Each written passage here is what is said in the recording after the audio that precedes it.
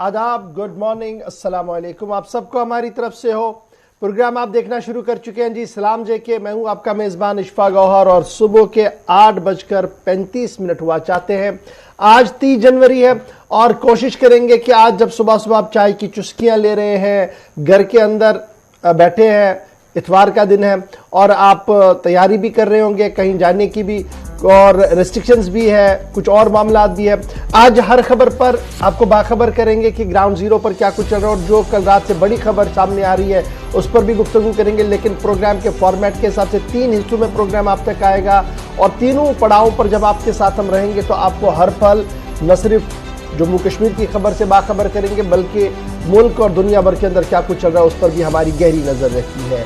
तीसरे पड़ाव पर आते आते 9:40 पर आप और हम बात करेंगे, मसाइल की बात होगी, यानी आपके जो मसाइल हैं उन्हें हुकूमत तक पहुंचाने की कोशिश करेंगे।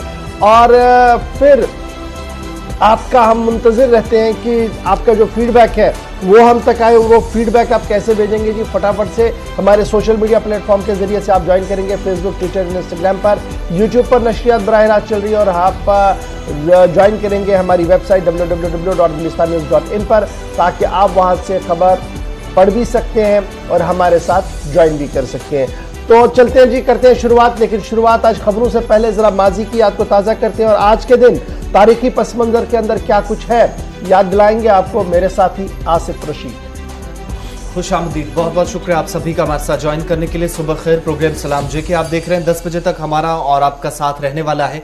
आगाज करते हैं हिस्ट्री ऑफ द डे से और बताते हैं आज की तारीख क्यों अहम है। हिंदुस्तान के एतबार से आज का दिन काफी अहमियत का हामिल। 30 जनवरी 1948 को आज ही के दिन महात्मा गांधी को नाथूराम गोडसे ने कत्ल किया और दिल्ली के अंदर जहां पर बिरला हाउस, जिसे अब गांधी स्मृति कहा जाता है, यहां उनको निशाना बनाया गया नाथूराम गोडसे की तरफ से, जो हिंदू महासभा के मेंबर थे और आरएसएस के मेंबर भी रहे। आज ही का दिन था जब 1948 में उन्हें गोली मारी गई और 1649 में 30 जनवरी को यानी आज ही के दिन इंग्लैंड के बादशाह चार्ल्स अव्वल का सर कलम कर दिया गया था। 2 अहम शख्सियत, 1948 में महात्मा गांधी, 1649 में आज का दिन था जब चार्ल्स अव्वल का सर कलम कर दिया गया।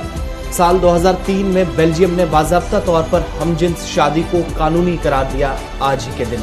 और 1972 में पाकिस्तान का कॉमनवेल्थ गेम से अलग होने का फैसला 30 जनवरी साल 1972 को ही सामने आया था। इसके अलावा 1989 में आज ही का दिन था जब अफगानिस्तान के शहर काबुल में अमेरिका ने अपना सिफारत खाना बंद कर दिया था, जब तालिबान की शुरुआत हुई थी और मुख्तलिफ खित्तों के अंदर जंग देखी गई थी अफगानिस्तान में। तो 1989 में अफगानिस्तान के अंदर अमेरिका मजबूर हुआ था अपना सिफारत खाना आज के दिन बंद करने के लिए। 1790 में आज ही के दिन जब पहली लाइफ बोट को दरियाए टाइन में उतारा गया, 30 तारीख थी, 1790 साल था। 1949 में आज ही का दिन था जब नाइट एयर मेल सर्विस का आज 30 तारीख को आगाज हुआ था। और 1971 में आज ही के रोज इंडियन एयरलाइंस के फोकर फ्रेंड शिप तैयारी का आज के दिन अगवा होने की खबर सामने आई थी। 30 तारीख थी, साल था 1971। दूसरी तरफ जहां प्रोग्राम के आगाज में हमने आपको बताया कि महात्मा गांधी, जिनको आज के दिन निशाना बनाया गया था, दिल्ली के अंदर उन्हें अब से थोड़ी देर पहले जहां पर उनकी समाधि पर गुलबारी हो रही है, वज़ीर आज़म, सदर हिंद समेत तमाम लोगों की तरफ से उन्हें खराज अकीदत आज के दिन पेश किया जा रहा है।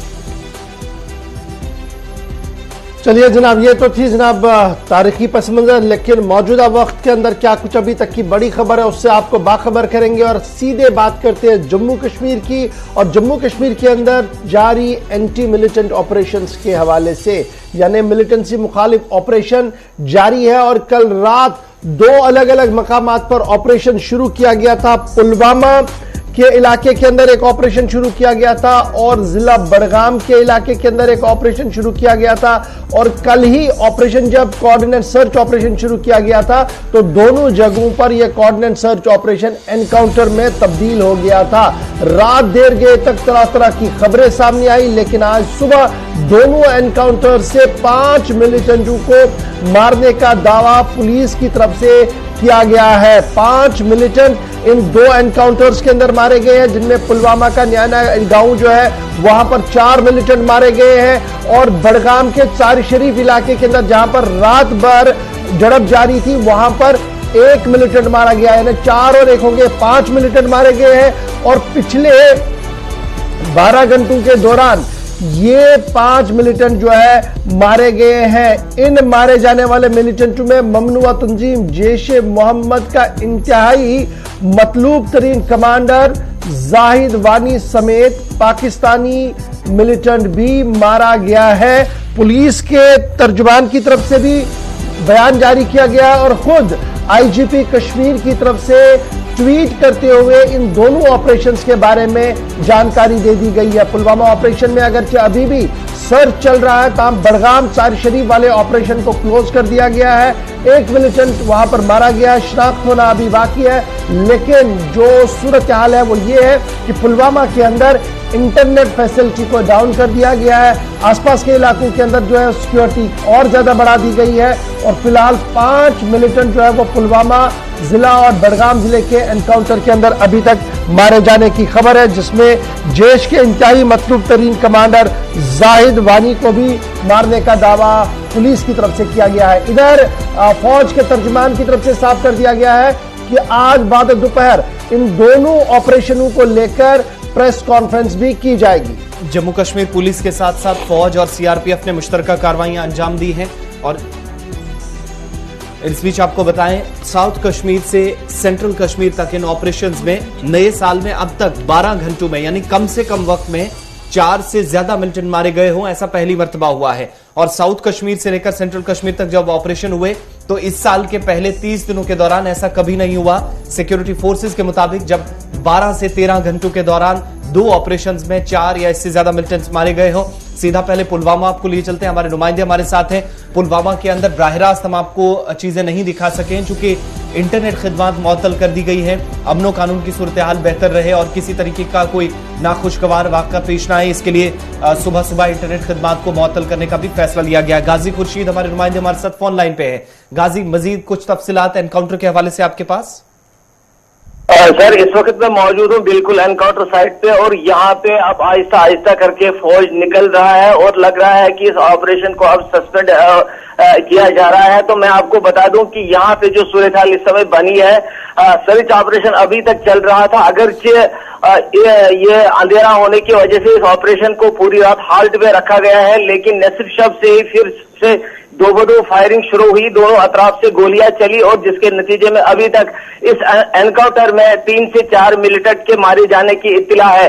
तो वहीं पे मैं आपको बता दूं कि इस एनकाउंटर में जो नायरा टाप पुलवामा में जो एनकाउंटर हुआ, बड़ा एनकाउंटर था और इस एनकाउंटर में अभी तक 3 से 4 मिलिटेंट मारे जा चुके हैं, जिसमें एक कमांडर भी के मारे जाने की भी इत्तला फराहम हुई है। जबकि पुलिस ने इस हवाले से भी अभी कोई स्टेटमेंट जारी नहीं किया, लेकिन बताया जाता है कि इस एनकाउंटर में अभी तक 3 मिलिटेंट मारे जा चुके हैं और अभी भी कैसे चल रहा था, लेकिन अब आहिस्ता आहिस्ता करके फौज यहां से निकल रही है। और इस समय की जो यही एक बड़ी खबर है कि इस एनकाउंटर में जो पूरी रात जारी रहा, जो गुज़श्ता शब से जहां पहले कैसो चलाया गया और उसके बाद ये कैसो एनकाउंटर में तब्दील हुआ और इस एनकाउंटर में अभी तक 3 मिलिटेंट के मारे जाने की इत्तला है और इसमें एक बड़ा कमांडर भी मारा जा चुका है। जाहिद वानी उस मिलिटेंट का नाम है जो कई सालों से सरगर्म रहा इस इलाके में। तो वहीं पे मैं बता दूं सर कि इस एनकाउंटर में अभी तक 3 से 4 मिलिटेंट के मारे जाने की इत्तला है और इस समय एनकाउंटर साइट से फौज आहिस्ता आहिस्ता करके निकल रही है और लग रहा है कि अब इस एनकाउंटर को समाप्त किया जाएगा। और यहाँ पे जो सूरत हाल है, बाकी सब ये जो गाड़ियां वगैरह है, बिल्कुल यहाँ पे सारा कुछ बंद है और पूरी तरह से इस इलाके को सील किया गया था। और इस समय अगर शदीद सर्दी होने के बावजूद पूरी रात ऑपरेशन जारी रहा और इस समय जो सिचुएशन यहाँ पे बनी है, अब आहिस्ता आहिस्ता करके फौज की गाड़ियां आहिस्ता आहिस्ता वापस निकल रही है और इस एनकाउंटर में फौज और पुलिस को बड़ी कामयाबी मिली है। गाजी, क्या किसी तरह के, चूंकि शहरी भी थे, रात को खबर आई थी, मकामी लोग थे और एक घर के अंदर मिलिटेंट्स मौजूद थे, तो क्या बहिफाजत लोगों को निकाल कर इस ऑपरेशन को अंजाम दिया गया? क्या कुछ इतलात हैं? देखिए, अमन कानून की जो सूरत हाल है उसको बरकरार रखने के लिए यहाँ पे फौजी दस्ते तैनात किए गए हैं, पुलिस को तलब किया गया है ताकि यहाँ की जो अमन कानून की जो सूरत हाल है वो बरकरार रहे। वहीं पे मैं आपको बता दूं कि पुलिस की तरफ से अभी ये स्टेटमेंट जारी नहीं किया गया कि 4 मिलिटेंट यहाँ पे मारे गए या 3 मिलिटेंट की जो इत्तला है। अब ये भी सुनने में आया था कि यहाँ पे 4 मिलिटेंटों को मारा गया, लेकिन पुलिस के स्टेटमेंट का अभी इंतजार है। लेकिन यहाँ पे जो चलिए जी, बहुत शुक्रिया जी गाजी हमारे साथ ज्वाइन करने के लिए। फिलहाल गाजी खुर्शीद बता रहे हैं कि आहिस्ता आहिस्ता करके पुलवामा का जो ऑपरेशन है वो भी अब कंक्लूड हो रहा है, आहिस्ता आहिस्ता करके फौज वहां से वापस निकल रही है। लेकिन जरा बड़गाम के सराय शरीफ इलाके का भी रुख करते हैं। तस्वीरें थोड़ी देर पहले की हैं जब ऑपरेशन चल रहा था दोनों जगहों पर, और मिक्स लूप हम चला रहे हैं, दोनों तस्वीरें इकट्ठे चला रहे हैं। स्पेसिफिक कोई बात हम आपको नहीं बता रहे कि कहां की कौन सी तस्वीर है। और अब जरा हिलाल के पास भी चलते हैं। हिलाल, बहुत शुक्रिया जी ज्वाइन करने के लिए। कल रात देर गए ही बड़गाम जिला सुर्खियों में आया और कहा गया कि सराय शरीफ इलाके के अंदर मिलिटेंटों की मौजूदगी के बाद ऑपरेशन को शुरू किया गया। क्या अब ऑफिशियली ऑपरेशन क्लोज हो गया है और क्या कुछ तफसीलात आपके पास है? बिल्कुल गौहर, कल शाम देर गए जब ये एनकाउंटर सराय शरीफ के मज़ाफात में ही एक इलाका है जिसे तिलसरा कहते हैं। तिलसरा इलाके में ये एनकाउंटर हुआ था जहां पर फौज को इतला थी कि यहां पर कुछ मिलिटेंटों की मौजूदगी है और उसके फौरन बाद ही यहां पर ये जो मुहासरा किया गया ये एक झड़प में तब्दील हो गया। और बिल्कुल ओपन फील्ड्स में एक शेड बना हुआ था जो कि बिल्कुल हम देख रहे हैं कि खाम से ये जो ईंटें हैं उसका बना हुआ था और यहीं पर एक मिलिटेंट जो है उसकी मौजूदगी थी और इसी शेड की का मुहासरा फोर्सेस ने किया। और उसके बाद लगभग रात के 1 बजे यहां पर गोलियों का जो सिलसिला था जो वक्फे से जारी था वो रुक गया और ठीक 1 बजे के करीब मज़कूरा मिलिटेंट को यहां से जाम बहक किया गया है। और इस तरह से इस मिलिटेंट का ताल्लुक लश्कर तैयबा मिलिटेंट तंजीम से बताया जा रहा है और पुलिस ने उनके कब्जे से कुछ हथियार भी बरामद करने का दावा किया है। और जब हमने पुलिस से मज़कूरा मिलिटेंट की शनाख्त पूछी तो उन्होंने इतना जरूर कहा है, ये ऑफिशियल सोर्सेज की हम बात कर रहे हैं कि बिलाल इसका नाम हो सकता है, लेकिन उन्होंने ये भी कहा कि फर्दर इन्वेस्टिगेशन इस हवाले से या उसकी शनाख्त के हवाले से अभी होना बाकी है। तो कुल मिलाकर ऑपरेशन वहां पर भी खत्म हो गया है? बिल्कुल, ऑपरेशन सुबह तक जब यहाँ सूरज चढ़ गया तो तब तक यहाँ पर ऑपरेशन जारी था, लेकिन अब यहाँ से फोर्सेस की गाड़ियां भी चली गई हैं और जो जाए मौका है वहां पर अब लोग जो है देखे जा रहे हैं। हालांकि इलाके को सेंसिटाइज भी किया गया है, अब लोगों की आवाजाही वहां पर खासी देखी जा रही है। बहुत शुक्रिया जी हिलाल हमारे साथ ज्वाइन करने के लिए। हिलाल, दोनों जगहों से हमने आपको सूरत हाल बताई है और साउथ कश्मीर के अंदर पुलवामा में जहां ऑपरेशन तकरीबन 12 से 13 घंटे बाद इस वक्त अब खत्म होने के जो लगभग आखिरी मरहले में है और फौजें वहां से वापस निकल रही हैं। थोड़ी देर पहले हमारे नुमाइंदे बता रहे थे, लेकिन इंटरनेट सर्विसेज बंद हैं, इसलिए बराह रास्त बहुत सारी चीजें मिस भी हो जाती हैं।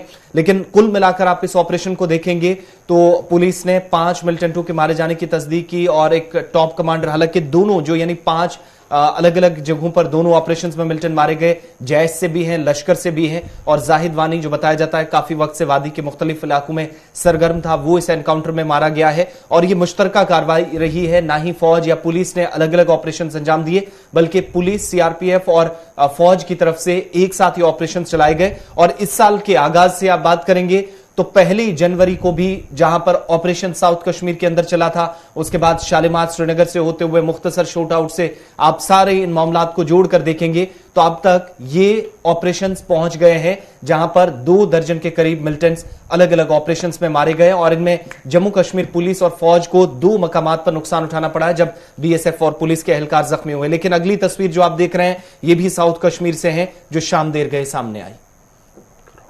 साउथ कश्मीर के अनंतनाग जिले से जहां पर शाम देर गए मिलिटेंटों ने निशाना बनाया एक पुलिस हेड कांस्टेबल को और तस्वीरें जो आप उनके घर की, अस्पताल की देख रहे हैं। तिब्बी लवाजमात मुकम्मल करने के बाद उन्हें घर भेजा गया और उसके बाद मातम का माहौल इस इलाके के अंदर देखा गया। हसनपुरा इलाके से पुलिस कांस्टेबल का ताल्लुक था और बताया जाता है कि इसी इलाके के अंदर उन्हें मिलिटेंटों ने शाम से थोड़ी पहले टारगेट किया। हालांकि गोली उनके सर में लगी थी, अस्पताल इसलिए उन्हें जरूर पहुंचाया गया, लेकिन मौके पर ही बताया जाता है कि उन्हें दम तोड़ दिया था सर में गोली लगने की वजह से। और पुलिस एहलकार जो कि हेड कांस्टेबल की हैसियत से जम्मू कश्मीर पुलिस में खिदमत अंजाम दे रहे थे, और बताया जाता है कि इस इलाके के अंदर टारगेट करने के बाद पुलिस और दीगर फोर्सेज ने मिलकर ऑपरेशन भी चलाया, लेकिन किसी की गिरफ्तारी अमल में नहीं लाई गई। तस्वीरें हसनपुरा इलाके की आपके सामने। चलिए जी, अब बढ़ते हैं जी आगे। जरा बात पाकिस्तान की भी करते हैं, क्योंकि पाकिस्तान पर इन दिनों सबकी नजर है। और पाकिस्तान के वजीर आजम का बयान जब साउथ एशिया के हवाले से आता है, भारत के हवाले से आता है, तो न सिर्फ पाकिस्तान के अखबारों में उसको जगह मिलती है, बल्कि साउथ एशिया के कई मुल्कों के अंदर उन खबरों को बहुत तेजी के साथ छापा जाता है और मुबस्सिरीन इस पर अपनी राय ज़नी भी करते हैं। और फिलहाल बयान उस वक्त सामने आया है जब पाकिस्तान के वजीर आजम का दौरा चीन होने वाला है। 4 फरवरी को चीन के दौरे पर जाना है इमरान खान को, पाकिस्तान के वजीर आजम को। लेकिन उससे पहले उन्होंने एक बयान दिया है और बयान के हवाले से उनका मानना है कि जनाब जो सूरत हाल साउथ एशिया के अंदर बन रही है, इसमें इफ़ाम तफ़हीम और मज़ाकरात के जरिए से ही मसले का हल निकालना बहुत ज्यादा जरूरी है। वहीं पर भारत के साथ, यानी भारत के साथ ताल्लुकात को मजीद बेहतर, मुस्तहकम और मजबूत बनाने की ख्वाहिश का इजहार एक बार फिर पाकिस्तान के वजीर आजम की तरफ से किया गया है। और यह माना गया है कि जम्मू कश्मीर समेत दीरीना मसाइल जो है, इनके बैनुल-अक़वामी ज़राया, जो बैनुल-अक़वामी पैमाना है सफारतकारी का, उनको देखते हुए ही हल निकाला जाना चाहिए। क्योंकि वक्त गया है जब आपस में लड़ बैठे, मज़ाकरात के जरिए से मसले का हल निकाला जाए। ये दूसरी बात थी उस बड़े बयान की जो उनकी तरफ से जम्मू कश्मीर के हवाले से कही गई, भारत के हवाले से कही गई। तीसरी बड़ी अहम बात जो कही गई है, जिस पर तनकीद काफी ज्यादा इमरान खान का हो रहा है, वो चीन के अंदर उन मुसलमानों का है जिनको लेकर दुनिया भर के इंसानी हुकूक के कारकुन ये कह रहे हैं कि उन पर मजालिम डाले जा रहे हैं गैर मुसलमानों के ऊपर। चीन को खुली छूट और खुला हाथ दे दिया इमरान खान ने और क्लियर कर दिया कि जनाब वहां के मुसलमानों पर किसी किस्म का कोई भी जुल्म नहीं है। और मगरिबी मीडिया उसे अलग तरीके से प्रोजेक्ट कर रही है। इमरान खान का यह बयान न सिर्फ चीन के सबसे बड़े अखबार के अंदर छप चुका है, पाकिस्तान के अखबार के अंदर छप चुका है, बल्कि लंदन, न्यूयॉर्क टाइम्स और दीगर अखबारों के अंदर भी इस खबर को जगह मिली है कि चीन को किस तरीके से इमरान खान ने मजबूरी के हाथे में आते हुए इसकी क्लियरेंस दे दी है। यानी 3-4 बयान इसके हैं। एक ये कि डिप्लोमेसी के जरिए से भारत के साथ तमाम मसाइल का हल होना चाहिए, साउथ एशिया के अंदर अमन की जरूरत है और उसके लिए हम सबको मिलकर काम करने की जरूरत है।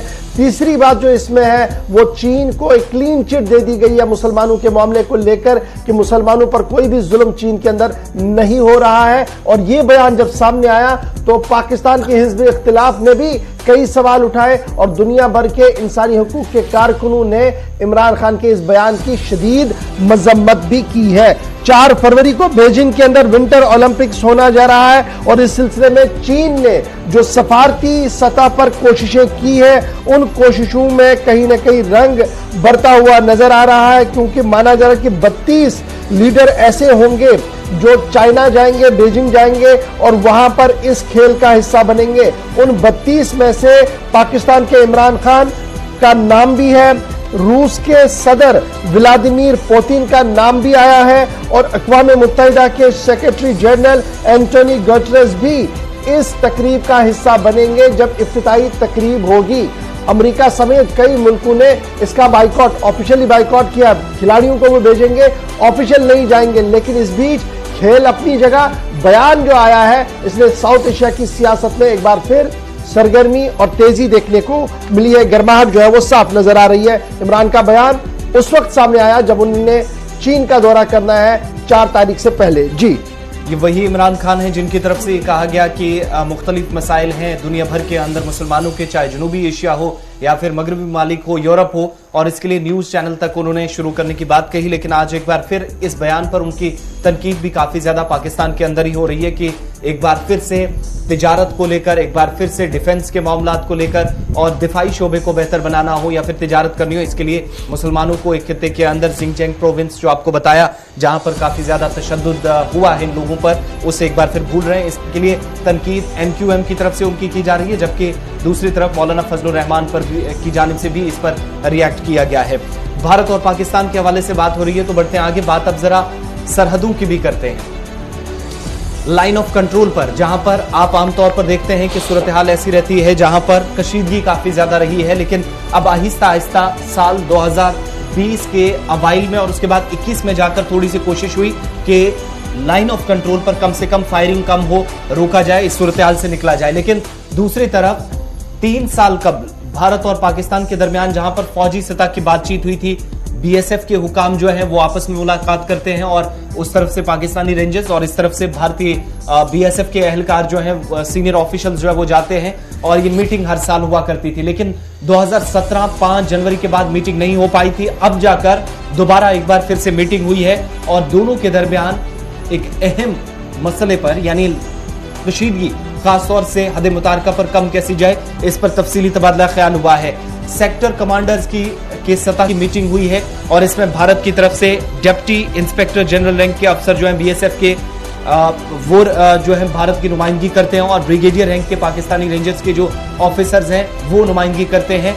मामला सबसे ज्यादा जो होता है, जिस तरीके से आप फ्लैग मीटिंग्स देखते हैं, जिस तरीके से सेक्टर कमांडर्स की मीटिंग देखते हैं, उसी तर्ज पर यह मीटिंग होती है और उस पर्टिकुलर एरिया को लेकर जहां पर बीएसएफ इस तरफ उस तरफ रेंजर्स खिदमत अंजाम देते हैं, दोनों के दरमियान बातचीत होती है और उस कशीदगी को कम करने के लिए और आपसी जो मसाइल हैं, जीरो लाइन के ऊपर बीच में डेंजर जोन होता है, उन सारी चीजों के मसाइल के हल के लिए बातचीत की जाती है और इसी सिलसिले में मीटिंग हुई है 5 जनवरी 2017 के बाद आज जाकर बिलाखिर तकरीबन 3.5 साल के तवील अरसे के बाद दोबारा बीएसएफ और पाक रेंजर्स के सेक्टर कमांडर्स लेवल की मीटिंग मुनक्किद की गई। अच्छा जी, ऑक्ट्रा पोस्ट पर यह मीटिंग हुई है और जो दिफाई और अस्करी माहिरीन है उनका मानना है कि ये एक मस्बत पेशरफ्त है। 2022 के आज के दिन जब जनवरी के आखिरी अयाम चल रहे हैं तो ये खबर जब सामने आई तो उनका मानना कि ये मस्बत पहल है, क्योंकि माजी में हमने देखा कि जितने ज्यादा मुज़ाकरात हुए उतना ज्यादा बेहतर फायदा भी हुआ था, लेकिन उसके बाद 2018 के बाद ये तातुल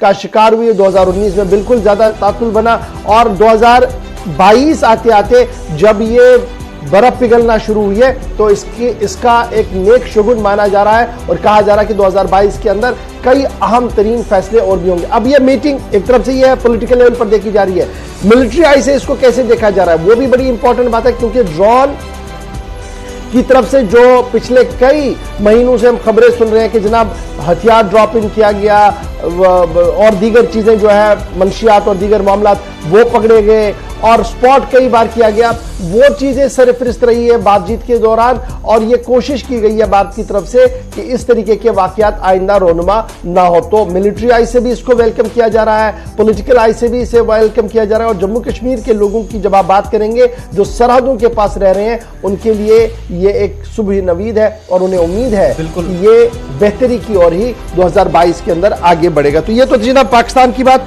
अब बढ़ते हैं जी आगे, जरा लेफ्टिनेंट गवर्नर साहब की भी आपको बात बताते हैं, क्योंकि कल हमने आपको बताया था कि लेफ्टिनेंट गवर्नर मनोज सिन्हा साहब जो है वो एक आला सतही इजलास तलब कर रहे हैं और उस आला सतही इजलास का कल इनेकाद हुआ है और उस इजलास के अंदर कई अहम तरीन फैसले भी लिए गए हैं और उन अहम तरीन फैसलों के अंदर एक बड़ी बात यह है कि आबी ज़खायर को तहफ़्फ़ुज़ फराहम करने के लिए नालों और दरियाओं की हदबंदी होगी, ये बड़ी बात कह दी गई है। और साथ साथ ये जो गैर मुमकिन खाद वाला मामला था जिसे आप लो लाइन एरियाज कह रहे हैं, तो लेफ्टिनेंट गवर्नर मनोज सिन्हा की सदारत में इंतजामी कमेटी काउंसिल की मीटिंग मुनक्किद हुई है। आबी ज़खायर को तहफ़्फ़ुज़ फराहम करने के लिए नालों और दरियाओं की हदबंदी की जाएगी और इस हदबंदी को मुकम्मल करने के लिए बाज़ाब्ता तौर पर high power committee union territory level पर और जिला लेवल पर जो है वो मुकम्मल की जाएगी, बना दी गई है। और 3 टायर कमेटी बनाने का मतलब ये है कि डिवीजन लेवल पर भी मॉनिटरिंग हो, डिस्ट्रिक्ट लेवल पर भी मॉनिटरिंग हो और यूटी लेवल पर भी मॉनिटरिंग हो। 3 टायर कमेटी की है। एक कमेटी की सरबराही चीफ सेक्रेटरी साहब करेंगे जो स्टेट लेवल की होगी, डिविजनल लेवल पर डिविजनल कमिश्नर्स करेंगे और डिस्ट्रिक्ट लेवल पर जो है वो डिप्टी कमिश्नर्स करेंगे इस कमेटी की मीटिंग। और टाइम बाउंड भी कर दिया गया है। और जब हम टाइम बाउंड की बात करते हैं तो कुछ अजला को पहले फेज में लाया गया है और कुछ अजला को सेकंड फेज में मुकम्मल करने की बात जो है वो सामने रखी गई है। तो पिछले कई महीनों से ये बात हो रही थी कि जनाब ये नदी नालों की हदबंदी होनी चाहिए, लो लाइन एरियाज की हदबंदी होनी चाहिए और ये गैर मुमकिन वाला मामला जो है इसको किस तरीके से देखा जाए, तो अब बाज़ाब्ता तौर पर GPRS का निज़ाम हाथ में लिया गया, स्पॉट वेरिफिकेशन होगी और ये सारा कुछ जो है जिस पर गैर कानूनी तौर पर कब्जे किए गए हैं उन कब्जों को हटाने की बात जो है वो सामने रखी गई है। डिस्ट्रिक्ट लेवल कमेटी के लिए मैंडेट किया गया है कि वो खसरा wise survey of land record जो है उसको देखेंगे और उसके साथ साथ जो दीगर चीजें इसके हैं उनको ध्यान में रखते हुए ही अगर कहीं पर गलत हुआ है तो उसको सही करने की कोशिश करेंगे और एक नक्शा बनाने की कोशिश करेंगे ताकि एक मुस्तकिल निजाम हमारे सामने हो। तो ये बड़ी इंपॉर्टेंट डेवलपमेंट कल हुई है जहां पर यह कह दिया गया कि आबी ज़खायर को तहफ़्फ़ुज़ फराहम करने के लिए नालों और दरियाओं की हदबंदी होगी और इन पर जो नाजायज कब्जे हैं उनको हटाने के हवाले से भी कदम उठाने की बात कही गई है। इसमें सबसे पहले आपको याद होगा कि जम्मू के 3 अजला लिए गए, 4 अजला लिए गए और रेस्ट के लिए 2 साल का वक्त मुकर्रर किया गया है इस कमेटी के लिए काम मुकम्मल करने के लिए। जी आसिफ, गैर मुमकिन खर्च दरियाओं और नालों के आसपास की जमीन, वहां की हदबंदी, वहां की कौन सा एरिया जो है वो सरकार का है, कौन सा ऐसा रकबा है जिस पर गैर कानूनी तरीके से सरगर्मियां हैं, गैर कानूनी कब्जा किया गया है, उन सारी चीजों को हटाने के लिए अब बाकायदा ये कमेटियां या सब कमेटियां जो तश्कील दी गई हैं, सीनियर अफसरान को जिम्मेदारी दी गई है इंतजामी काउंसिल के इजलास में जिसकी सदारत लेफ्टिनेंट गवर्नर ने की, जिन पर यह जिम्मेदारी आयद होगी कि वो आगे की हिकमत अमली तय करेंगे और ऐसे जो खसरा नंबर्स हैं, ऐसे जो इलाके हैं जिन्हें सरकार मानती है कि यहाँ पर कब्जा हुआ है उनको छुड़ाने के हवाले से भी इकदाम किए जाएंगे। इससे पहले कि हम ब्रेक पर जाए, इस खबर के बारे में जो तफसील पूछी जा रही है वो मैं जरा फटाफट से आपको बता रहे हैं किन डिस्ट्रिक्ट्स को नंबर 1 पे रख दिया, प्रायोरिटी वाइज किया गया। तो प्रायोरिटी जो है जी वो प्रायोरिटी पूरी एंटायर यूनियन टेरिटरी लेकिन फेज वाइज किया जाएगा और मरहलावार तरीके से पहले जम्मू, सांबा, कठुआ को विद इन द 3 मंथ्स किया जाएगा। उसके बाद जो रिमेनिंग डिस्ट्रिक्ट्स हैं जितने भी अजला है उन्हें 1 साल के अंदर, यानी जो पहले होगा जम्मू, सांबा और कठुआ, मैंने 4 कहे थे, 3 ही अजला है जी जिनको 3 जिले हैं जिनको सबसे पहले ये काम हाथ में लिया जाएगा। उसके बाद 1 साल का मयाद कार दिया गया है, मयाद वक्त दिया गया है कमेटीज को कि वो 1 साल के अंदर अंदर ये पूरी हदबंदी जो है वह नदी, नालों और दरियाओं की करेंगे और जहां पर ये लो लाइन एरियाज हैं जिन पर गैर कानूनी कब्जे हुए हैं उनको हटाने के हवाले से इकदाम हाथ में लिए जाएंगे। छोटे से ब्रेक के लिए रुक रहे हैं जी, ब्रेक के उस पार आएंगे तो आपको बताएंगे कि हुकूमत ने एक फैसला लिया था, उस फैसले को लेकर क्यों हुकूमती सतह पर ही तनकीद हो रही है इस पर भी गुफ्तगू करेंगे। बजट को लेकर क्या कुछ सरकार सोच रही है इस पर भी गुफ्तगू करेंगे। आपको लद्दाख भी लिए चलेंगे क्योंकि लद्दाख के लिए एक अच्छी खबर सामने आ रही है। छोटे से ब्रेक के फौरन बाद